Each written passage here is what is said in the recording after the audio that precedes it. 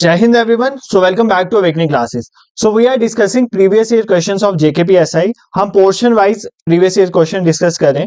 आपने पहले लेक्चर में हमने इंडियन पॉलिटी एंड गवर्नेंस के पीवाईक्यूज डिस्कस किए और मैंने आपके साथ एक प्लेलिस्ट शेयर कर दी अपनी, जहां पर आप इंडियन पॉलिटी एंड गवर्नेंस को कवर कर सकते हो।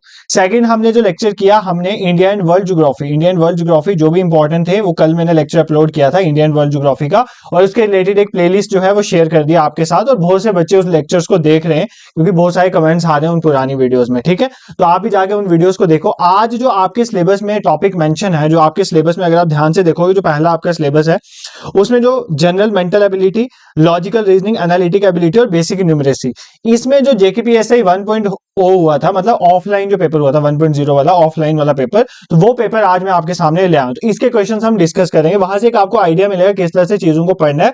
और at the end of the session I will announce कि किस तरह से आपको मैथ और रीजनिंग वाली क्लासेस जो है आप रेगुलरली चैनल पे मिलेंगे। हफ्ते में कितनी बार क्लासेस आएंगे उन चीजों के बारे में भी हम डिस्कस करेंगे। ठीक है, तो बिना टाइम वेस्ट करे अपनी क्लास को स्टार्ट करते हैं। ये क्वेश्चंस बिल्कुल भी डिफिकल्ट नहीं थे। आप लोग अपनी कंसंट्रेशन के साथ इस पेपर को खुद मेरे साथ सॉल्व करो, देखना बहुत इजीली ये क्वेश्चंस हो जाएंगे। और एक दो क्वेश्चन में आपको होमवर्क भी दूंगा, ठीक है, करने के लिए। पहला क्वेश्चन देखो, पहला क्वेश्चन आपका पेपर फोल्डिंग वगैरह पे है। A sheet of paper has been folded in different steps as shown in the question figure. Question figure में ये बताया किस तरह से पेपर को फोल्ड किया गया है। ठीक है, how does the paper looks when it is opened, जब पेपर खुलेगा मतलब अनफोल्ड होगा तो वो कैसा दिखेगा हमें बताना है। Select one of the option, मतलब आंसर फिगर में से हमें एक ऑप्शन सिलेक्ट करना है कि जब इस पेपर को, ये पेपर फोल्ड हो रहा है, ये फोल्डिंग का है, जब इस पेपर को हम अनफोल्ड करेंगे तो वो कैसा दिखेगा, हमें आंसर फिगर में से वो फिगर क्या करनी है, वो हमें क्लिक करनी है कौन सा इसका करेक्ट आंसर है। ठीक है, तो ये क्वेश्चन पहले खुद ट्राई करो, बहुत सिंपल क्वेश्चन है। जब भी कभी ऐसे अनफोल्ड, ऐसे तो हम इनको इन डेप्थ पढ़ेंगे, आज तो मैं आपको जस्ट पीवाईक्यूज डिस्कस कर रहा हूं तो सिंपल सिंपल कंसेप्ट रिलेटेड साथ बताऊंगा। बट जब हम इन डेप्थ डिस्कस करेंगे, एक एक टॉपिक को पकड़ के पढ़ेंगे, रीजनिंग और एबिलिटी वाले, मेंटल एबिलिटी वाले, तो अच्छे से चीजें कवर हो जाएंगी। देखो, जब भी कभी ऐसे पेपर फोल्डिंग का क्वेश्चन एग्जाम में आएगा ना, सबसे पहले आपने लास्ट फिगर पकड़नी होती है, क्योंकि आपको अब अनफोल्ड करना है तो लास्ट से अनफोल्डिंग स्टार्ट करोगे तो इजीली हो जाएगा। ठीक है, अब देखो यहाँ पर इस फिगर को देखो, ये वाली जो लास्ट फिगर है ना आपकी, इसको देखना है, इसको आपने क्या करना है, अनफोल्ड करना है। तो देखो जब आप इसको अनफोल्ड करोगे तो सिंपली कैसे होगा, मतलब जो ये है इसी का यहाँ पर इस फॉर्म में बन जाएगा। तो इधर कैसे बनेगा, ऐसे बनेगा ना, ऐसे नीचे, ऐसे और ऐसे, इस पेपर की अनफोल्डिंग इस तरह से होगी। तो अब देखो इसके रिलेटेड कौन सी फिगर है आपकी आंसर की में, ज्यादा तो जाने ही नहीं आंसर में इसके रिलेटेड कौन सी है। पहले वाली तो नहीं है, देखो पहले वाली में सिर्फ एक ये वाला है, इसके ऊपर यहाँ पर एक होना चाहिए जो यहाँ पर नहीं है, तो ये फिगर तो कट होगी, ये नहीं है। फोर्थ फिगर में भी सेम केस है, देखो ना यहाँ पर ये देखो, ये एक है, ये दो है, ऐसे होना चाहिए और फिर जाके ऊपर जाके कुछ ऐसा ट्राइंगल वाला बनेगा। बट यहाँ पर तो एक ही है, इसके ऊपर दूसरा नहीं है, तो ये फिगर भी आपकी नहीं हो सकती। अब इस फिगर और इस फिगर, मतलब दो फिगर तो आपने इसी से एलिमिनेट कर दी, आगे आपको जाने की जरूरत है। अब इन दोनों में से देखो कौन सी फिगर हो सकती है, ध्यान से देखो। इस फिगर में ये लाइंस बनी हुई है, ये लाइंस दिख रही है ना आपको, ये लाइंस बनी हुई है, ये बनी हुई है ना लाइंस। बट क्या आपको इस फिगर में कोई ऐसी लाइंस दिख रही है, नहीं दिख रही है, इसका मतलब ये लाइंस नहीं आ सकती हैं, तो ये भी आपकी नहीं होगी। तो आपका एग्जैक्ट आंसर होगा ऑप्शन 3। ठीक है, तो मतलब आपका करेक्ट आंसर क्या, ऑप्शन सी, मतलब थर्ड फिगर आपकी जो है वो अनफोल्डिंग की प्रॉपर फिगर है। सर हमें कुछ समझ नहीं है, कोई बात नहीं, कुछ समझ नहीं आया तो मैं किस लिए, आपको समझाने के लिए तो हूं। देखो कुछ नहीं होता, जब भी अनफोल्डिंग का क्वेश्चन करना हो तो लास्ट क्वेश्चन फिगर पकड़नी होती है, इसको अनफोल्ड करो, पेपर को खोल रहे हो तो जो इस तरफ का होगा वही इस तरफ बनेगा, तो बनाओ। तो ये बना दिया मैंने, इस तरफ वाला इस तरफ। तो आप देखो ना कौन सी फिगर इसके साथ रिसेंबल हो रही है, ये वाली तो नहीं रिसेंबल हो रही है, क्योंकि इस फिगर को अगर आप ध्यान से देखोगे तो इस फिगर में ये वाली लाइन तो है, बट आपको सेम ऐसी लाइन एक ऊपर भी चाहिए थी, ये तो नहीं है, यहाँ पर मिसिंग है, तो ये फिगर नहीं हो सकती। सेम केस ये वाली भी नहीं हो सकती।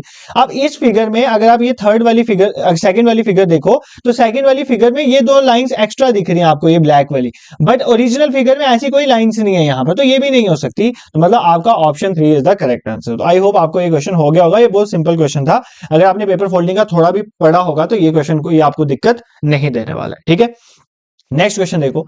अब ये आगे आपको डायरेक्शन वाले क्वेश्चन ना, ये बहुत सिंपल क्वेश्चन होते हैं, इसको दो तरह के तरीके होते हैं करने के, दोनों बता दूंगा। Alex was facing in the west direction, turns 135 degrees in the clockwise direction and then turns 45 degree in the anti-clockwise direction. Which direction is he facing now? कुछ नहीं है, ये डायरेक्शंस बना लो, ये होता है नॉर्थ, ये होता है साउथ, ये होता है ईस्ट डायरेक्शन, ये होता है वेस्ट डायरेक्शन। ठीक है, पहले खुद ट्राई करो इन क्वेश्चंस को, ये नहीं है कि मैं पढ़ा रहा हूं तो यहीं से पढ़ना, पहले खुद भी ट्राई किया करो। तो एलेक्स जो है वो कौन सी डायरेक्शन को फेस कर रहा है, वेस्ट डायरेक्शन को, तो भाई इस डायरेक्शन को ये फेस कर रहा है, बना दिया।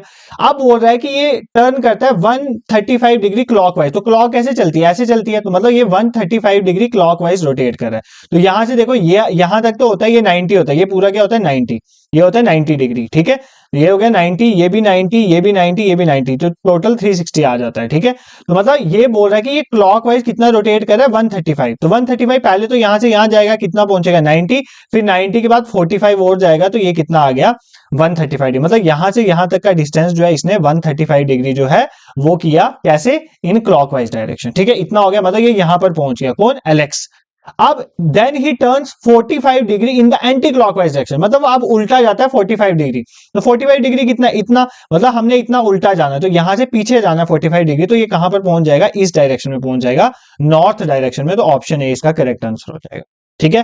कुछ मुश्किल नहीं था इसमें यार, ये वेस्ट की तरफ घुमा हुआ था, 135 डिग्री क्लॉकवाइज गया, मतलब 90 हो गया, तो 45 ये मतलब 135 डिग्री, तो ये इसकी डायरेक्शन आ गई।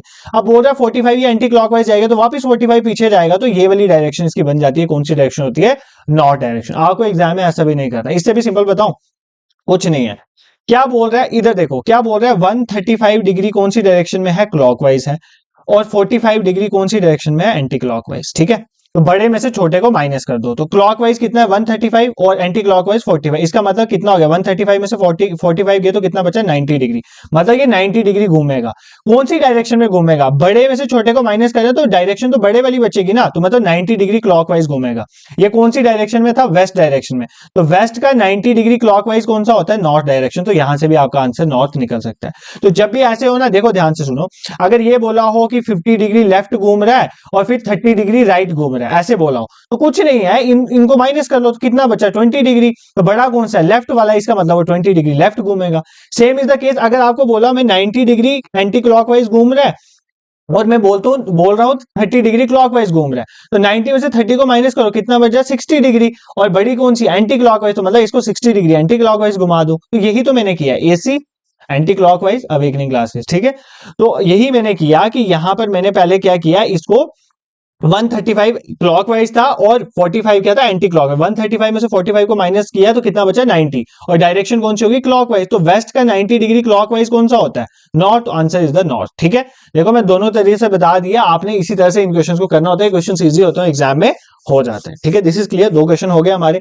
इस पेपर में कोई भी क्वेश्चन ऐसा नहीं था जो आउट ऑफ द बॉक्स बहुत डिफिकल्ट क्वेश्चन था। अब इसके बाद जब मैं आपका जो सीबीटी टेस्ट हुआ था जेकेपीएसआई 2.0 वाला, उसकी क्वेश्चंस भी लाऊंगा तो कवर हो जाएगा। बाकी मैं अभी बता देता हूं आपको कि आपका हमेशा से ये रहता है कि सर आप मतलब पढ़ाते नहीं हो, मतलब मैथ रीजनिंग वाला कंपोनेंट, तो this for this exam I will try my level best कि हर वीक में 2 लेक्चर्स आपके मैथ रीजनिंग के आएंगे, हर वीक में 2 लेक्चर्स आपको मैं मैथ रीजनिंग के डालूंगा, ताकि आपको जो ये वाला रहता है कि सर मैथ रीजनिंग पे इतना जोर नहीं देते, तो वो वाली दिक्कत भी आपकी क्लियर हो जाएगी, ठीक है, जिसके लिए आपको आगे पीछे भटकना पड़ता है। नेक्स्ट क्वेश्चन देखो, Mohan saves ₹30 by getting 5% discount on a article. एक आर्टिकल को बेचते वक्त, ठीक है, मोहन जो है उसको उस आर्टिकल में 5% डिस्काउंट मिला और उसने कितने रुपए बचाए, 30 रुपए बचाए।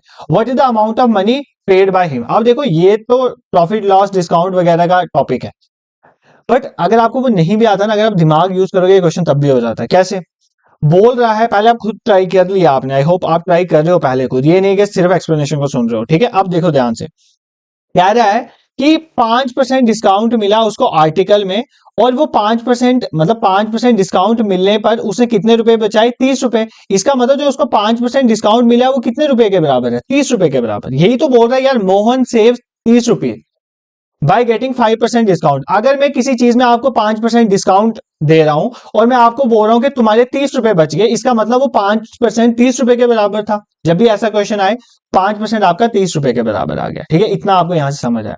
अब वो एक आर्टिकल पे 5% डिस्काउंट दे रहा है, मान लेते हैं, मान देखो ध्यान से सुनो, मान लेते हैं उस आर्टिकल की कॉस्ट थी 100%, मान लेते हैं, ठीक है। इसको उसमें 5% डिस्काउंट मिल गया, कितने परसेंट डिस्काउंट मिल गया, 5%। इसका मतलब इसने कितने पैसे दिए होंगे, 95%। कितने पैसे दिए होंगे, 95%, ठीक है। वही आपको निकालना है। What is the amount of money paid by him, उसने कितने पैसे दिए वो हमें बताना है, ठीक है।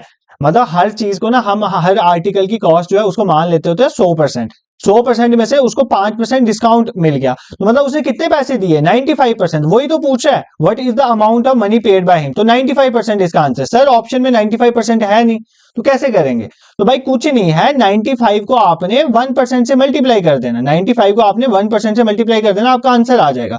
सर 1% कहां से निकालें? भाई यहां से तो निकलेगा 1%।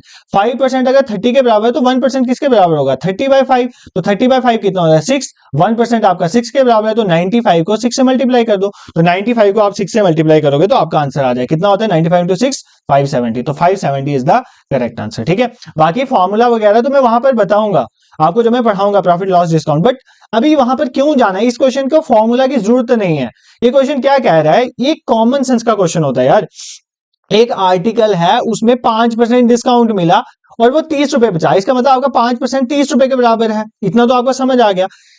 पूरा आर्टिकल की कॉस्ट 100% है, उसको 5% डिस्काउंट मिला, तो मतलब उसे कितने पैसे दिए होंगे? 95%। मैं अगर आपको बोलता हूं किसी चीज की कॉस्ट है 100 रुपए, मैं आपको बोलता हूं मैं आपको 10 रुपए डिस्काउंट दे रहा हूं, तो आप मुझे कितने पैसे दोगे? 90 रुपए तो दोगे ना, वही बोल रहा है। 100% में से 5% डिस्काउंट दे, मतलब आपने 95% देना, तो इसका आंसर 95% आता है। बट परसेंटेज में तो नहीं है, तो मतलब आपको 1% की वैल्यू निकालनी है, 95 से मल्टीप्लाई करना है, इससे 1% की वैल्यू निकालोगे, 95 से मल्टीप्लाई करोगे तो आपका आंसर आ गया। ठीक है, दिस इज क्लियर। तो आपको यहां पर कोई दिक्कत नहीं होनी चाहिए। ठीक है, moving towards next question, question number 113 जो आपका था, वो कह रहा था एवरेज वेट ऑफ 25 किड्स से 24 केजी। देखो एवरेज का जो क्वेश्चन है उसका एक ही फॉर्मूला होता है, बेसिक तरीके से अगर करना है। मैं क्वेश्चन बेसिक ही बताऊंगा, जब मैं आपको एवरेज पढ़ाऊंगा, आई थिंक मैंने एवरेज पढ़ाई भी हुई है। मैं लेक्चर जब तक आप तक पहुंचता ना, तब तक प्लेलिस्ट भी बन जाएगी इस चीज की, फिर आप प्लेलिस्ट चेक करना, उसमें जो अभी तक जितने 5-6 लेक्चर्स होंगे मैं डाल दूंगा। उसके बाद 5-6 लेक्चर्स अभी डाल दूंगा, उसके बाद आपको मैं बता दूंगा शेड्यूल, हफ्ते में 2 लेक्चर्स आपके आते रहेंगे। ठीक है, अब एवरेज का एक सिंपल फॉर्मूला होता है। एवरेज किसी भी चीज का निकालना हो तो वो आपने सुना हुआ है, sum of observations divided by number of observation. बस ये फॉर्मूला से, ये एक बेसिक फॉर्मूला है, यहां से एवरेज के सारे क्वेश्चन हो जाते हैं। और आपका कोई एसएससी का एग्जाम तो है नहीं है बहुत फास्ट निकालना है, तो आप इस बेसिक मेथड से भी सारे क्वेश्चन निकाल सकते हो। ठीक है, अब कह रहा है एवरेज वेट 25 बच्चों का 24 किलो है। ठीक है, मतलब 25 हमारे पास बच्चे, देखो यहां पर देखो, sum of observation divided by number of observation. तो नंबर ऑफ ऑब्जर्वेशन मतलब बच्चे कितने? 25 बच्चे, उनका एवरेज वेट कितना है? 24 किलो। इतना तो आपको समझ आ गया। तो मतलब अगर आपको इनका सम निकालना है, सबके वेट का सम निकालना है, तो आप क्या करोगे? 24 को 25 से मल्टीप्लाई कर लोगे। इतना आपको समझ आ गया। तो 24 इंटू 25 कितना होता है? 600। मतलब इसका सम आ गया 600। सबसे पहले एवरेज के क्वेश्चन में आपने यही निकालना होता है। ठीक है, निकाल लिया आपने, यहां तक आपको हो गया। ठीक है, अब बोल रहा है if the weight of a man is included, अगर इन बच्चों के वेट में एक मैन का भी वेट में ऐड कर देता हूं, तो इन बच्चों का वेट कितना है? 600। इसमें अगर मैं एक मैन का वेट ऐड कर देता हूं, ठीक है, अगर मैं इसमें क्या कर देता हूं? एक मैन का वेट ऐड कर देता हूं, मान लेते हैं मैन का वेट एक्स है, मैंने इसमें ऐड कर दिया, then the average weight increase by 2 किलो। तो पहले एवरेज कितना था? देखो यहां पर इसी फॉर्मूला में देखो, ये जो इसका सम आया था 600, इस सम में मैंने क्या किया? इस सम में मैंने एक मैन का वेट ऐड कर दिया, तो मैंने 600 में एक्स को ऐड कर दिया। अब जो एवरेज है बोल रहा है एवरेज 2 बढ़ गई, तो पहले एवरेज कितनी थी? 24, अब 2 बढ़ गई है, तो 24 प्लस 2 कितनी होगी? 26 होगी। ठीक है, अब आप फॉर्मूला देखो ना, सम ऑफ ऑब्जर्वेशन क्या है? Sum of observation average is equal to sum of observation divided by number of observation. Average हमारी 26 होगी, सम ऑफ ऑब्जर्वेशन मैंने बता दिया कितना हो गया? 600 plus x divided by number of observation कितनी हो जाएगी? पहले तो 25 बच्चे थे, अब एक आदमी का वेट बीच में डाल दिया, तो एक आदमी भी तो ऐड हो गया, तो कितने बन गए? 26। तो इसका मतलब आपका ये क्वेश्चन यहां से निकल जाए, आपको एक्स ही निकालना है। क्या बोल रहा है आपको? वेट ऑफ द मैन, तो मैन का वेट निकालना है, तो एक्स क्या हो जाएगा यहां पर? मतलब देखो 600 प्लस एक्स किसके बराबर हो जाएगा? 26 इंटू 26, तो हमारा x हो जाएगा 26 इंटू 26 माइनस 600। तो आप इसको सॉल्व कर सकते हो।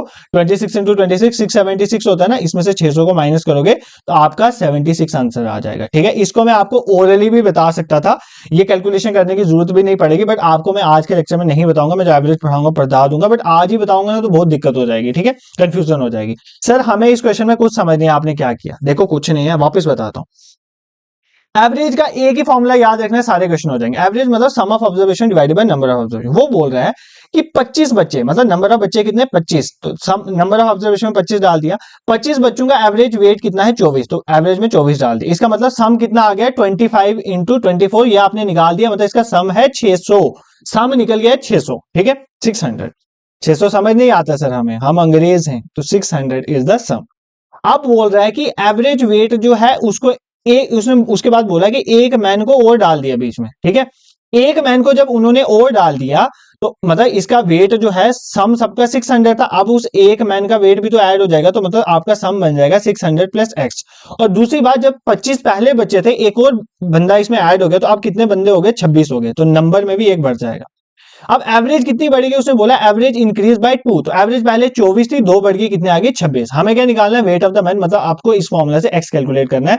ये डिवाइड है, इधर जाके मल्टीप्लाई, ये तो आपको आता है ना, 26 into 26 676 माइनस ये प्लस वाला 600 उधर जाके माइनस वाला, तो आपका 76 आंसर हो जाएगा। ठीक है, अब इसमें इतना बताने वाले नहीं है, option C is the correct answer. मैं आपको इस क्वेश्चन को एक ओरल मेथड भी बताऊंगा, बट आप तब एवरेज के उस कंसेप्ट तक पहुंच जाओ। देखो, जब भी कभी कोई चीज पढ़नी हो ना, सबसे पहले उसका बेसिक आना ही चाहिए, उसके बाद आप ट्रिक्स देख सकते हो। बट जब तक बेसिक नहीं ना आता, एग्जाम में ना कई बार ट्रिकें याद नहीं आती हैं, तो बेसिक ही लगाना पड़ता है, टाइम आपके पास होता है, तो बेसिक की नॉलेज होना इज इंपॉर्टेंट। अब आप एवरेज के क्वेश्चन में गलती नहीं करोगे। देखो, ये रेशियो का जो क्वेश्चन आया था ना, ये बहुत बच्चों, आज तो मेरा टारगेट है कि इस पेपर को मैं कंप्लीट करवाऊंगा। ठीक है, तो चाहे लेक्चर थोड़ा लेंदी हो जाए, बट इसको करना है। ऐसे रोज के लिए अगर कल के लिए रखेंगे, तो आप वैसे भी बोलते हो सर आप बहुत स्लो चल रहे हो पढ़ाने में, अगर मैं स्लो चल रहा हूं तो तुम भी स्लो ही चल रहे हो। अगर मेरी पहली वीडियो जो है आई थी, उसमें 3-4 हजार बच्चा देख रहा है, तो अभी दूसरी वीडियो में मुझे लगता है 2000 ही पहुंचा है, तो इसका मतलब ये है कि आप भी स्लो ही चल रहे हो, तो आप भी खींचोगे गाड़ी तो मेरी भी खींचेगी। ठीक है, इस तरह से चलना है। The number which bears the same ratio to 7/43 that 9/22 does to 5/11। कुछ नहीं है, ये क्वेश्चन पता क्या, खुद पहले इस क्वेश्चन को थोड़ा समझना मुश्किल है, बट निकालना बहुत इजी है। ठीक है, समझना मुश्किल है। The number which bears the same ratio to 7/40, हमें बताना है कि वो नंबर जिसकी रेशियो सेम रेशियो है किसकी तरह, that 9/22 does to 5/11, मतलब हमें एक ऐसा नंबर ढूंढना है जिसकी रेशियो अगर मैं 7/43 के साथ करूं, वो किसके बराबर आए, जो रेशियो इसके साथ है, मतलब 9/22 डिवाइडेड बाय 5/11 के बराबर है। ठीक है, हमें कुछ समझ नहीं। देखो यार, ये बोल रहा है a/b is equal to c/d, ये बोल रहा है वो, मतलब हमें ए ढूंढना है, वो नंबर ढूंढो जिसकी अगर मैं रेशियो करूं किसके साथ, 7/43 के साथ, मतलब बी आपका 7/43 है, वो किसके बराबर आए, जैसी 9/22 की रेशियो आती है 5/11 के साथ, मतलब सी आपका क्या है 9/22 और डी आपका क्या है 5/11। अगर आपको क्वेश्चन समझ आ गया तो आपका आंसर निकालना दिक्कत नहीं था, मतलब आपको क्या करना था, a divided by 7/43 is equals to 9/22 divided by 5/11, मतलब आपको यहाँ पर ये ए रेशियो निकालनी थी। कैसे निकलती है, इसको सॉल्व करो ना यार, 9/22 है 5/11, 11 से गया, 11 1 से 11 2 से 22, ये आ गया 9/2 डिवाइडेड बाय 5, तो ये क्या हो जाएगा 5 2 से 10, तो मतलब आपका कितना हो जाएगा 9/10, यहां से आपका निकल गया 9/10। अब आपका ये डिवाइड हो रहा है यहाँ पे 7/43, उधर जाके मल्टीप्लाई हो जाएगा 9/10 इंटू 7/43, तो कर लो मल्टीप्लाई, 9 7 से कितना होता है सर 63 होता है, हमें पता है, और 10 इंटू 43 430 होता है, तो 63 divided by 430 is the correct answer. अगर आप मेरे से एक्सपेक्ट कर रहे हो कि मैं आपको ये मैथ्स बताऊंगा, तो फिर गलत एक्सपेक्ट कर रहे हो, क्योंकि आपको इतना मैथ्स आना चाहिए। अगर नहीं आता है तो फिर भी ट्राई करो, हो सकता है नहीं आता कैलकुलेटर में, डिवीजन मल्टीप्लिकेशन तो आपको आनी चाहिए ना, तो ये आप मैं यहाँ पर एक एक खोल के नहीं बताऊंगा, बट आपको समझ आ गई है कि a/b is equal to c/d, c/d c कितना दिया 9/22 5/11, तो ये डिनोमिनेटर दोनों का डिनोमिनेटर कर सकता है, 11 2 से 22, मतलब हमारा क्या बचा, ऊपर बचा 9 और नीचे 5 और 2 है डिनोमिनेटर में, ये दोनों मल्टीप्लाई हो जाएंगे, 5 2 से 10, तो 9/10 बचा। 7/43 इधर a के साथ डिवाइड हो रहा है, तो इधर जाके मल्टीप्लाई, उल्टा मत कर देना, आगे जाके 43/7 नहीं लिख देना, ये 7/43 ए की नंबर है, मैंने आपको तभी तो यहाँ पे लिख के बताया, ये बी है, तो ये ए के साथ डिवाइड हो रहा है, तो आगे जाके मल्टीप्लाई होगा, उल्टा मत कर देना वहां पर। ठीक है, यही गलती करते हो आप, 9/10 इंटू 7/43, तो इसको मल्टीप्लाई करके आंसर निकल जाएगा। ठीक है, क्वेश्चन समझ आ गया। सर आप आज बहुत फास्ट फास्ट पढ़ा रहे हो, चीजों पे टाइम नहीं दे रहे हो, देखो क्वेश्चन इतने डिफिकल्ट नहीं है कि इतना टाइम मिले, और साथ में अभी मैंने आपको पढ़ानी है चीजें, तो जब मैं आपको पढ़ा लूंगा उसके बाद इस पेपर में वापस आना कोई दिक्कत नहीं आएगी, आप जस्ट आपको आइडिया दे रहा हूं मैं कैसी चीजों को आपने कवर करना है। ठीक है, नेक्स्ट क्वेश्चन करें, चलो। प्रिया लीव्स हर हाउस एट 20, यार ये क्वेश्चन ना सिर्फ दिमाग लगाने वाला है, कुछ नहीं है इसमें, कुछ कैलकुलेशन कुछ नहीं है। प्रिया ने अपना घर छोड़ा 20 मिनट्स टू 6, मतलब 6 बजने को 20 मिनट कम थे, तो मतलब 5 कितने, 6 बजने को 20 मिनट कम मतलब कितना होता है 5:40, मतलब 5:40 पे शाम को उसने अपना घर छोड़ दिया। इवनिंग में बात करें तो पीएम मैंने पहले ही डाल दी। And takes 30 minutes to reach Anjali. अब प्रिया अंजलि के साथ गप्पे मारने जा रही है, तो प्रिया ने 20 मिनट कम 6 में अपना घर छोड़ा, तो मतलब 5:40 में अपना घर छोड़ दिया और उसको 30 मिनट लग गए अंजलि के घर पहुंचने में। तो यहां पर 30 मिनट ऐड करो, 5:40 20 मिनट ऐड करेंगे तो 6 हो जाएगा और मतलब 6:10 पे, तो 6:10 में ये कहां पर पहुंच गई अंजलि के घर में और वहां पर जाके गप्पे हो गई स्टार्ट। ठीक है, अब ब्रेकफास्ट करते करते गप्पे बजे, they finish their breakfast in another 10 minute, तो 10 मिनट लग गए उनको ब्रेकफास्ट करने में, तो मतलब कितना टाइम हो गया 6:20। ठीक है, 6:20।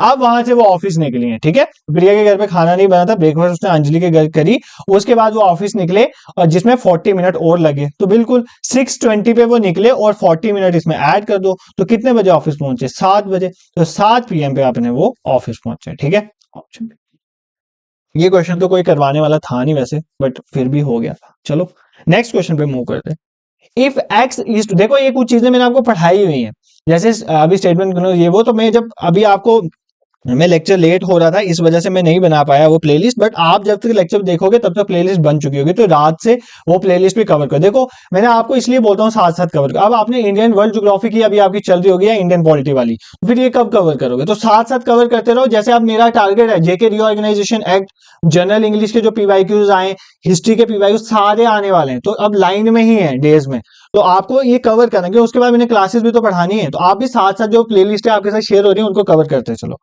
If x is to y is equal to 1/3, अगर x इज टू वाई 1/3 के बराबर है, 1:3 के बराबर, तो हमें ये रेशियो निकालनी है। कुछ नहीं होता ऐसे क्वेश्चन में, डायरेक्टली अगर दिया हो ना तो डायरेक्टली वैल्यू पुट कर दो, x की जगह 1 पुट कर लो, y की जगह 3 पुट कर लो, आंसर निकल जाएगा। ठीक है, पुट करो 7 इंटू एक्स की जगह क्या है 1, 1 का स्क्वायर, प्लस 3 इंटू एक्स की जगह कितना है 1 और y की जगह कितना है 3।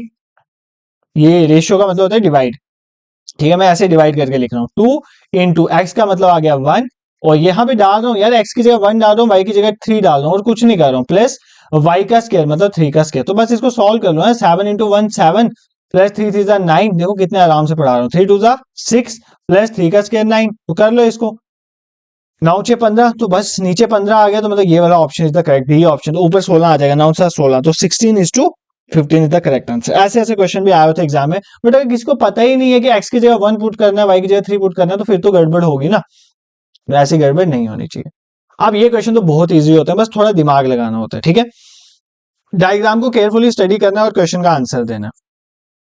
इन दिस डायग्राम ट्राइंगल जो है वो रिप्रेजेंट कर रहा है डॉक्टर, ट्राइंगल डॉक्टर ऐसे लिख लिया करो, ट्राइंगल डॉक्टर को रिप्रेजेंट कर रहा है, सर्कल रिप्रेजेंट कर रहा है प्लेयर को, सर्कल रिप्रेजेंट कर रहा है, सर्कल हमारा प्लेयर बता रहे हैं, रेक्टेंगल रिप्रेजेंट कर रहा है आर्टिस्ट, रेक्टेंगल हमारा आर्टिस्ट है। चाहिए क्या सर, आपको क्या चाहिए ये बताओ, बस हम निकाल देंगे। The number space in the diagram represent doctor, doctor होना चाहिए, who are also artist only, मतलब डॉक्टर और आर्टिस्ट होना चाहिए बस, और कुछ नहीं होना चाहिए, डॉक्टर प्लस आर्टिस्ट चाहिए हमें, डॉक्टर प्लस आर्टिस्ट चाहिए, मतलब ट्राइंगल में होना चाहिए और रेक्टेंगल में होना चाहिए, और कहीं नहीं होना चाहिए। ठीक है, और कहीं नहीं होना चाहिए। तो कौन सा नंबर है, देखो यहाँ पर, देखो देखो ध्यान से ध्यान से ध्यान से ध्यान से, ये 5 भी डॉक्टर भी है आर्टिस्ट भी है, ये 2 डॉक्टर भी है और आर्टिस्ट, क्योंकि ट्राइंगल आपका आर्टिस्ट है और ट्राइंगल आपका डॉक्टर है और रेक्टेंगल आपका आर्टिस्ट है, बट 5 नहीं आ सकता। 5 इसलिए नहीं आ सकता क्योंकि 5 सर्कल में भी आ रहा है, मतलब 5 वाला प्लेयर भी है। उसने बोला नहीं प्लेयर नहीं चाहिए भाई, हमें चाहिए डॉक्टर और आर्टिस्ट हो, आर्टिस्ट ओनली, मतलब डॉक्टर चलेगा, डॉक्टर के साथ सिर्फ आर्टिस्ट होना चाहिए, प्लेयर नहीं चलेगा। तो क्या आंसर होगा 2, क्या आंसर होगा 2 होगा, तो option B is the correct answer. ठीक है, देखो मैंने तो बता दिया, अगर आपको नहीं समझ आया तो वापिस सुनो। ट्राइंगल मतलब डॉक्टर, सर्कल मतलब प्लेयर, और आर्टिस्ट के लिए रेक्टेंगल, वो बोल रहा है कि तुम्हें वो बंदा ढूंढना है जो डॉक्टर तो हो और उसके साथ आर्टिस्ट हो सिर्फ, तो डॉक्टर तो ये है क्योंकि ट्राइंगल इसमें आ रहा है, ट्राइंगल में आ रहा है सॉरी, और आर्टिस्ट है मतलब रेक्टेंगल में भी आ रहा है। मैं 5 नहीं ले सकता क्योंकि 5 तो प्लेयर भी है, सर्कल में भी आ रहा है। ठीक है, समझ आ गया अब आपको, अब दिक्कत नहीं होगी। ये स्टेटमेंट कंक्लूजन के क्वेश्चन होते हैं, ये मैंने आपको पढ़ाया हुआ है, मैं वीडियो डाल दूंगा प्लेलिस्ट में, उसको देख लेना। स्टेटमेंट कंक्लूजन का कभी कोई क्वेश्चन गलत नहीं होगा। ठीक है, मेरा भी नहीं होता है और मैं भी वैसे ही करता हूँ, अपने ही वे में समझा दिया आपको तो नहीं होगा। देखो कुछ नहीं होता, ये ऐसा होता है, सम फ्रूट्स आर वेजिटेबल, जब सम वाली बात हो ना तो ऐसे लिखना होता है, सम फ्रूट्स आर वेजिटेबल। ठीक है, मतलब इनमें कुछ कॉमन पोर्शन है, बाकी अलग अलग है। Some vegetables are leafy vegetable, कुछ वेजिटेबल लीफी वाली हैं। ठीक है, लीफी वेजिटेबल है, तो ऐसे मान लेते हैं some vegetables are leafy vegetable. अब बोल रहा है no leafy vegetable is a fruit, कोई भी लीफी वेजिटेबल फ्रूट नहीं है। तो मतलब यहाँ पर इन दोनों में कोई कनेक्शन नहीं है, मतलब लीफी वेजिटेबल और फ्रूट के बीच में कोई कनेक्शन नहीं है, ठीक है। ऐसी बनती है हमेशा फिगर। सर थोड़ा साफ साफ बनाया करो।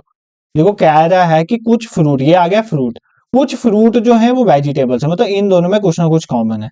कुछ वेजिटेबल जो है वो लीफी वेजिटेबल्स हैं, तो ये आ गया लीफी वेजिटेबल, मतलब इनमें भी कुछ ना कुछ कॉमन है। बट बोल रहा है कि कोई भी लीफी वेजिटेबल फ्रूट नहीं है, तो जब ऐसा होना तो क्रॉस मार के आगे बना दे, मतलब इन दोनों में कोई लेना देना नहीं है। लीफी वेजिटेबल का फ्रूट के साथ कोई लेना देना नहीं है, ठीक है। अब कंक्लूजन क्या है, बोल रहा है all fruits are leafy vegetable. भाई मैं तो बोल रहा हूँ फ्रूट का लीफी वेजिटेबल से कोई लेना देना ही नहीं, और ये बोल रहा है all fruits are leafy vegetable, ये तो कंक्लूजन गलत है, सामने दिख गया।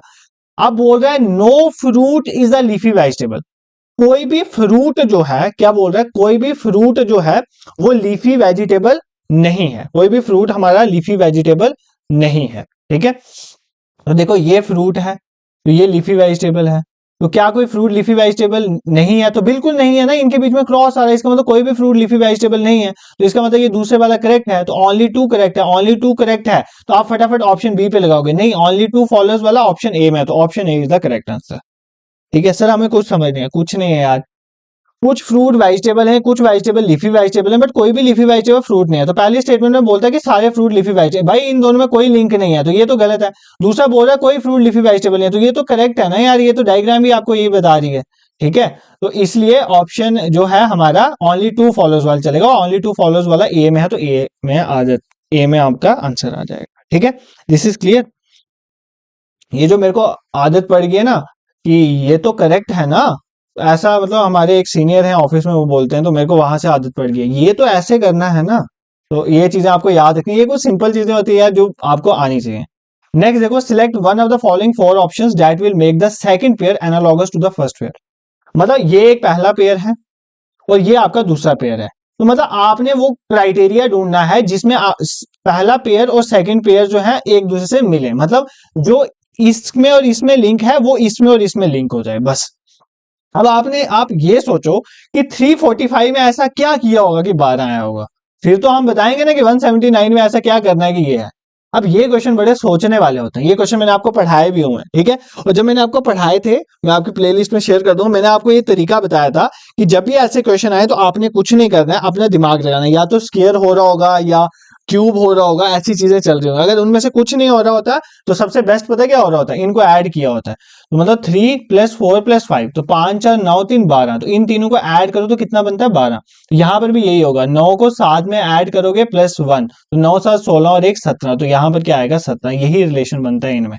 ऐसे क्वेश्चन में ज्यादातर यही रिलेशन बनता है, या तो किसी का स्केयर हो रहा हो तो प्लस कुछ हो रहा होगा, क्यूब हो रहा होगा प्लस कुछ हो रहा होगा, ऐसे ही चलते हैं। मतलब जैसे फॉर एग्जांपल अगर ये 144 के होता तो मतलब मैं मान लेता कि 12 का स्केयर हो, तो इधर भी किसी का स्केयर ही बन रहा होगा, ठीक है, या क्यूब वाला होगा, या फिर ऐसा होता है कि उनको ऐड करके नंबर दिया होता है। तो इस तरह के क्वेश्चन होते हैं, ठीक है। आई होप ये क्वेश्चन भी आपको समझ आ गया होगा, इस क्वेश्चन में भी कोई दिक्कत नहीं होगी, ठीक है। तो 11वां क्वेश्चन देखते हैं आपका, choose correct match of the image that will fill the blank. तो हमें बताना है कि करेक्ट इमेज बतानी है हमें, ठीक है, करेक्ट मैच बताना है इमेज का जो ब्लैंक स्पेस को भर सकेगी। मतलब हमें ये वाला भरना है ना, ये वाली फिगर बतानी है कौन सी होगी। यार कुछ नहीं होता है ऐसी फिगर्स में, डायरेक्टली पता क्या करना होता है, ये इसकी मिरर इमेज होगी, ठीक है। जब पढ़ाऊंगा मिरर इमेज वाटर इमेज बता दूंगा, ये इस वाली फिगर की ये मिरर इमेज है, तो हमें इसकी मिरर इमेज चाहिए, ठीक है। मिरर इमेज ढूंढ, तो मिरर इमेज बनाने का तो यहीं पे बना लो ना यार मिरर इमेज, तो क्या दिक्कत है बनाने में, ठीक है। इसका मिरर इमेज ऐसे बनेगी ना, इसकी मिरर इमेज ऐसे बनेगी, बिल्कुल ऐसे ऐसे ऐसे ऐसे, जैसे ये भरा हुआ है ना ऐसे भरा होगा, तो ये इसकी मिरर इमेज इस तरह से होगी, ठीक है, इस तरह से होगी मिरर इमेज, ठीक है। मिरर इमेज इसकी इस तरह से होगी। मैं देखो कौन सा ऐसा ऑप्शन है जो इस तरह से मिल रहा है, देखो पहले ध्यान से, कौन सा ऐसा ऑप्शन है जो इस तरह से मिल रहा है। जैसे ये ऐसे बना हुआ है तो इधर एक ऐसे बना होगा, इधर एक ऐसे बना होगा, ऐसे करके ऐसे ऐसे करके, ठीक है, ये ऐसे बना होगा। और जो ऐसे बना हुआ है वो ऐसे करके बना होगा, ऐसे करके, ठीक है। या जब मैं मिरर इमेज पढ़ाऊंगा ना आपको, वहां पर वाटर इमेज में बता दूंगा, अभी जस्ट मैं आपको आइडिया दे रहा हूँ। तो कौन सी फिगर इसके साथ रिजेंबल कर रही है, तो ऑप्शन बी आपका इसके साथ रिजेंबल कर रहा है, ठीक है। तो ये इसकी मिरर इमेज बन जाएगी, बाकी मैं आपको बता दूंगा वहां पर, अभी जस्ट आप यहाँ पर समझो option B is the correct answer, ठीक है। Which is the odd one out among the, ये सबसे मुश्किल क्वेश्चन था एग्जाम में, सबसे मुश्किल क्वेश्चन। तो ऑड वन निकालना है, तो आप इनको ध्यान से देखो, आपको खुद दिख जाएगा ऑड वन, इतना मुश्किल क्वेश्चन था। देखो यार, ये इसको टच कर रहा है, ये इसको टच कर रहा है, ये इसको टच कर रहा है, ये इसको टच नहीं कर रहा है, तो यही इसका ऑड था, मतलब जो सबसे अलग है। ये सबसे मुश्किल क्वेश्चन था एग्जाम में, ठीक है। I hope this question is clear to you. इन क्वेश्चंस में कोई दिक्कत नहीं होनी चाहिए, ये क्वेश्चन कुछ सेकंड्स में आपके निकलने चाहिए, कुछ सेकंड्स में, ये याद रखना। इन क्वेश्चंस पे बिल्कुल भी टाइम आपका नहीं लगना चाहिए, कुछ सेकंड्स में क्वेश्चन आपके निकलने चाहिए। नेक्स्ट क्वेश्चन देखो, in a certain code 731 means study very hard. 731 का मतलब है स्टडी वेरी हार्ड, 953 का मतलब है हार्ड वर्क पेज, 145 का मतलब है स्टडी एंड वर्क। अब हमें बताना है कि वेरी का कोड कौन सा है। कुछ नहीं होता यार, जब ऐसा क्वेश्चन आए ना एग्जाम में, देखो इसमें और इसमें कौन सा, इसमें और इसमें कुछ कॉमन है, इन दोनों में 3 कॉमन है। क्या कॉमन है? 3 कॉमन है। आप देखो क्या इन दोनों स्टेटमेंट में कोई वर्ड कॉमन है? देखो इसमें स्टडी वेरी हार्ड है, इसमें हार्ड वर्क पेज है, मतलब हार्ड दोनों में कॉमन है। तो हार्ड कॉमन है, तो डिजिट 3 कॉमन है, इसका मतलब हार्ड का डिजिट क्या है? 3 है। यहां से आपका हार्ड का निकल गया, ठीक है। इतना तो समझ आ गया ना? कोई नहीं। अब देखो, अब हार्ड तो आपका निकल गया, अब बाकी देखो इसी तरह से रिजेंबल करके मिलाने होते कि किस में से क्या मिल रहा है। जैसे देखो ध्यान से देखो, अब इसमें वापस यही देखो, ये है स्टडी वेरी हार्ड, ये है स्टडी एंड वर्क। तो इन दोनों में देखो स्टडी कॉमन है, स्टडी इसमें भी कॉमन है, स्टडी इसमें भी कॉमन है। तो इनके नंबर्स में क्या कॉमन है? 1 कॉमन है। इसका मतलब 1 आपका किसका है? स्टडी का, ठीक है, स्टडी का 1 है। अब इनको चाहिए क्या? इनको चाहिए वेरी का। किसका चाहिए? वेरी का। तो कुछ नहीं है, वेरी का मैं अभी बता देता हूं। कैसे बताऊंगा? देखो मैंने यहां से पता कर लिया कि 3 तो है हार्ड का, 1 तो है स्टडी का, तो स्टडी का हो गया, हार्ड का बचा गया वेरी, तो वेरी का क्या होगा? 7। Option B is the correct answer, ठीक है। देखो इसको तो वापस समझाने की जरूरत नहीं है, जस्ट मैंने आपको बताया जब भी ऐसा क्वेश्चन आए, जैसे 731 जो है वो स्टडी वेरी हार्ड है, ठीक है, स्टडी वेरी हार्ड है, और 953 जो है वो हार्ड वर्क प्लेस है। तो मतलब इन दोनों में देखो कॉमन क्या है? हार्ड इसमें भी है, इसमें भी है, और इन दोनों में डिजिट कौन सा कॉमन है? 3 थे, इसका मतलब 3 आपका हार्ड है। इसी तरह बाकियों को भी कंपेयर करके सारे निकल जाते हैं। तो जो आपको पूछा होगा वो आप क्वेश्चन का आंसर दे दोगे। ये बहुत सिंपल क्वेश्चन होता है, इसमें कुछ इतना बताने वाला नहीं है, ठीक है। अब ये आपके टेबल के कुछ क्वेश्चन आए थे, ये भी ना बहुत लड्डू क्वेश्चन आया था, इसमें कुछ इतना मतलब करने वाला था ही नहीं इस क्वेश्चन में। क्या है कि इस टेबल को केयरफुली पढ़ो और बताओ क्या करना है, ठीक है। हमें क्या बताना है?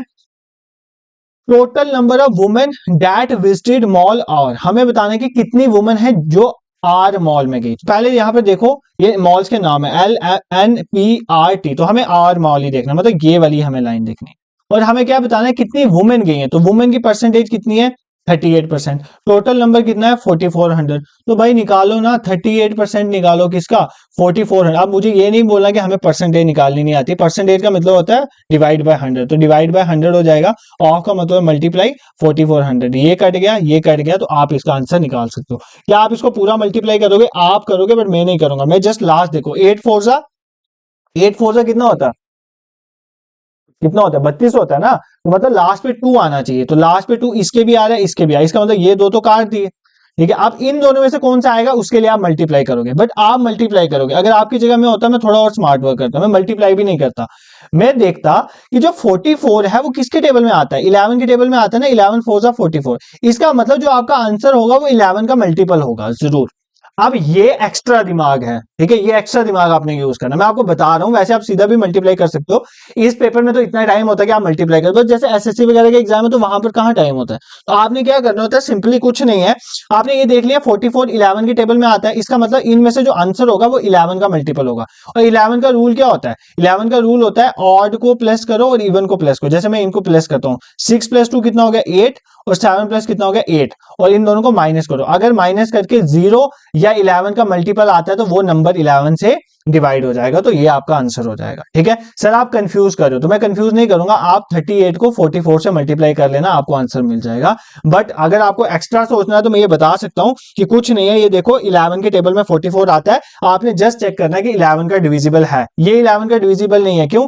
2 + 2 कितना होता है? 4, 7 + 1 कितना हो गया? 8, 8 में से 4 गए तो कितना बचता है? 4, तो 4 कोई 11 का डिविजिबिलिटी में नहीं आता है। 11 का डिविजिबिलिटी होने के लिए या तो 0 आना चाहिए या 11 का मल्टीपल आना चाहिए। तो इस केस में 0 आ रहा है, इसका मतलब ये 11 का मल्टीपल है, तो 1672 इज द करेक्ट आंसर। इस तरह से क्वेश्चन किए जाते हैं, ठीक है। दिस इज क्लियर, तो कोई दिक्कत नहीं है। नेक्स्ट क्वेश्चन पे मूव करते हैं। हाँ, अब ये क्वेश्चन था जो दिमाग लगाने वाला क्वेश्चन था आपके एग्जाम में। कह रहा है कि what is the length of the line segment AC. AC के हमें लाइन सेगमेंट की हमें लेंथ बतानी है। Length of the line segment A be the हुई है 10 सेंटीमीटर, बी सी दी हुई है 10 सेंटीमीटर। अब बच्चा पता क्या करेगा, ये देखेगा ए बी, ये करेगा ए बी जो है मेरी 10 सेंटीमीटर है और बी सी जो है मेरी 10 सेंटीमीटर है, तो ए सी मेरी कितनी आ जाएगी 20 सेंटीमीटर। तो मतलब ये दोनों स्टेटमेंट की हेल्प से हम ए सी निकाल सकते हैं 20 सेंटीमीटर। ठीक है, तो वो क्या करेगा, ये लिखेगा। ठीक है, statement both statement together are sufficient but neither statement alone is sufficient. एक से तो नहीं निकल सकता एसी, पर दोनों को मिला के मैं एसी 20 सेंटीमीटर निकाल सकता हूं। ये गलत था। क्यों? अब आप ऐसे दिमाग लगा रहे हो ए बी 10 बी सी 10 और आप एसी 20 लिख रहे हो। अगर मैं ऐसे इसकी जगह ऐसे लिखूं ए बी 10, ध्यान से देखना इस चीज को, ए बी 10 बी सी में ऐसे लिख लूं बी सी 10। ठीक है, तो अब एसी के आपका 20 आएगा, नहीं एसी कुछ और आएगा। मतलब जब भी आपको ए बी और बी सी दियो एसी निकालना हो तो आपको ये एंगल भी पता होना चाहिए, फिर निकल सकता है, अदरवाइज नहीं निकल सकता। इसका मतलब अगर ये दो स्टेटमेंट आपको दी हुई है, इसकी हेल्प से आप एसी नहीं निकाल सकते। तो ये जो दोनों स्टेटमेंट है ये मिलकर भी सफिशिएंट नहीं है, अकेली तो छोड़ो, ये मिलकर भी सफिशिएंट नहीं है, इनको मिला के भी आप एसी नहीं बता सकते। ठीक है, समझ आया? मतलब देखो मैंने आपको दोनों तरह, मैंने आपको गलती करके समझाया, पहले आप गलती करोगे फिर सुधरोगे। गलती ये थी कि ए बी 10 है बी सी 10 है तो दोनों को ऐड करके ए सी 20 है, आप तो यही सोचोगे, तो आप बोलोगे दोनों स्टेटमेंट को मिला के सफिशियंट है, मैं आंसर निकाल सकता हूं। बट एक स्टेटमेंट से नहीं निकले, आप ऑप्शन सी लगाओगे, बट ये गलत है। क्योंकि ये ऐसे भी तो ए बी और ए सी को मैं ऐसे, ए बी और बी सी को मैं ऐसे भी तो रख सकता हूं। फिर यहां पर तो आपका ए सी जो है 20 तो नहीं आएगा ना। ठीक है, इसका मतलब आपको ये एंगल भी पता होना चाहिए। मतलब ये दोनों स्टेट एंगल तो दिया नहीं है, तो ये दोनों स्टेटमेंट सफिशिएंट नहीं है, इन दोनों को मिला के भी आप आंसर नहीं निकाल सकते। तो ऑप्शन डी इसका करेक्ट था। ठीक है, आई होप आपको चीजें समझ आ रही हैं कैसे करना है। अब ये स्टेटमेंट कंक्लूजन का एक और क्वेश्चन आ गया। ऑल लाइन्स आर कैट्स, सभी लाइन कैट्स के अंदर आती है, मतलब लाइन कैट का बच्चा है, ये समझो। ऑल कैट्स आर हंटर्स, मतलब कैट्स हंटर्स के अंदर आती है, मतलब कैट्स हंटर का बच्चा है। मतलब ये आप हो, ये आपके पापा हैं, ये आपके दादू हैं। ठीक है, ये ऐसे समझो, मतलब वो उसके अंदर इंक्लूडेड है, ऐसे पढ़ाता हूं। अब बोल रहा है ऑल हंटर्स आर लाइन, मतलब सभी हंटर्स लाइन है, ये हो सकता है। मतलब देखो आपके पापा आपके बच्चे तो नहीं ना हो सकते, मतलब हंटर्स, सभी हंटर्स लाइन नहीं हो सकते। हंटर बड़ी टर्म है, मैंने कहा लाइन, सारे लाइन कैट में आ गए और सारे कैट हंटर में आ गए, इसका मतलब हंटर बहुत बड़ी चीज है, वो लाइन के अंदर नहीं आ सकता। पहली स्टेटमेंट गलत है। ये अब बोल रहा है सम हंटर्स आर लाइन, कुछ हंटर लाइन में आते हैं, तो बिल्कुल हंटर कुछ लाइन में तो आ रहे हैं, इसमें तो सामने दिख रहा है, देखो ना, ये हंटर का ये पूरा पोर्शन है, इसमें कुछ पोर्शन में तो लाइन भी है, तो ये भी करेक्ट है, सम हंटर्स आर लाइन, ये करेक्ट है। और सारे के सारे लाइन जो है वो हंटर्स में आ रहे हैं, तो सारे लाइन हंटर के अंदर आ रहे हैं, तो वो तो ऑब्वियस आ रहे हैं, ये भी करेक्ट है। तो आपकी सेकंड स्टेटमेंट और थर्ड भी करेक्ट है, बट आपके फर्स्ट स्टेटमेंट करेक्ट है, गलत है, और ऑप्शन डी इसका करेक्ट आंसर हो जाएगा। सर आप इतना जल्दी में क्यों पढ़ा रहे हो? Statement and conclusion in depth मैंने पढ़ाया हुआ है, आपको उस वीडियो को देखने के बाद कहीं और जाने की जरूरत नहीं पड़ेगी, इसका एश्योरेंस मैं आपको दे देता हूं। ठीक है, बाकी कोई दिक्कत आपको नहीं आएगी। नेक्स्ट क्वेश्चन देखो। देखो आप 3 4 5 क्वेश्चन रह गए, थोड़ी कंसंट्रेशन पढ़ लो, उसमें से 2 एक होमवर्क दे दूंगा, लास्ट क्वेश्चन और एक और ऊपर से होमवर्क दे दूंगा, और बाकी 3 4 मैं पढ़ा दूंगा। मैं नहीं चाहता कि ये लेक्चर जो है वापस कल आए, ऑफलाइन वाला। अब जो सीबीटी एग्जाम्स होते हैं वहां से कुछ क्वेश्चन लाऊंगा और आपकी क्लासेस स्टार्ट करूंगा, इसलिए थोड़ा लेक्चर लेंदी चला जाएगा, बाकी टेंशन मत लो, इसको कवर करके सोएंगे। देखो ये आपकी प्रॉब्लम फिगर है, पहले ऐसे हो रहा है, फिर ऐसे हो रहा है, फिर ऐसे हो रहा है, फिर हमें बताना है ये फिगर। देखो मेरे को इन फिगर्स को देख के यही समझ आ रहा है कि पहले ऐसे था, फिर इसने 45 डिग्री एंटी क्लॉकवाइज घूमा, फिर 45 डिग्री एंटी क्लॉकवाइज घूमा, अब भी ये 45 डिग्री एंटी क्लॉक, मतलब ऐसे होना चाहिए अब। बट ऐसे वाली तो 2 फिगर्स है, इनमें से कौन सी फिगर आएगी? दिमाग लगाओ। देखो कुछ नहीं हो रहा है भाई, पहले ये ऐसे गया, फिर ये ऐसे गया, फिर ये ऐसे गया, अब ये ऐसे जाएगा, ये तो तुम्हें समझ आ गया। बट ऐसे वाली तो 2 फिगरें भाई, ये दो तो आपने एलिमिनेट कर दी, इन दोनों में से कौन सी आएगी? देखो पहली व्हाइट है, फिर ब्लैक है, फिर व्हाइट है, फिर ब्लैक आनी चाहिए, तो option B is the correct answer, ये ब्लैक वाली फिगर। इसमें तो कुछ सोचना नहीं था यार, ये लड्डू क्वेश्चन है, लड्डू लड्डू मोतीचूर वाले वो भी।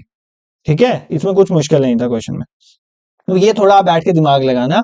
ये मैंने पढ़ाया हुआ है आपको कि ये कैसे ये क्वेश्चन किए जाते हैं ब्लड रिलेशन में, ब्लड रिलेशन अच्छे से क्लियर करवाया हुआ आपको, वीडियो शेयर कर दूंगा, वहां से आपका ये क्वेश्चन निकल जाएगा। इस क्वेश्चन का आंसर सभी बच्चे मुझे कमेंट सेक्शन में देंगे, और एक और क्वेश्चन आपको होमवर्क दिया जाएगा, 2 क्वेश्चन ब्लड रिलेशन में। लगाओ ना दिमाग यार। A is the father of B, A B के पापा हैं, ए पॉजिटिव हो जाएंगे, फादर के लिए प्लस और मदर के लिए नेगेटिव साइन यूज करेंगे, मतलब फीमेल के लिए नेगेटिव और फादर, ऐसे करके इसको पूरा इसका फैमिली ट्री बनाना और बताना है कि who is the sister in law of B, तो बी की सिस्टर इन लॉ बताना, आप मुझे बताओगे इसका आंसर। ठीक है, अब हमें बताना है कि कोड जो है WNCSZV का कोड क्या होगा। देखो जब भी ऐसे क्वेश्चन आएंगे ना तो गिनो, हाँ पहले लेटर्स कितने दिए, देखो इसकी हेल्प से आपने ये कोड आइडेंटिफाई करना। तो सबसे पहले गिनना होता है 1 2 3 4 5 6 7 8 9, कितने 9, मैं करेक्ट गिन रहा हूँ 9 ही है, ठीक है ये 9।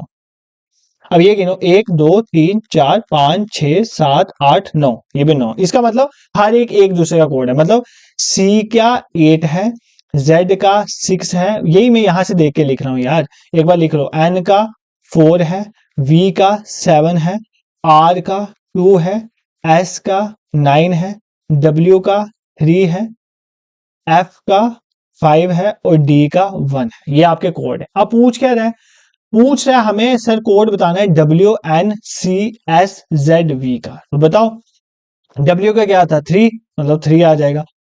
N का क्या है 4, मतलब 4 आ जाएगा। C का क्या है, C का क्या है 8, मतलब 8 आ जाएगा।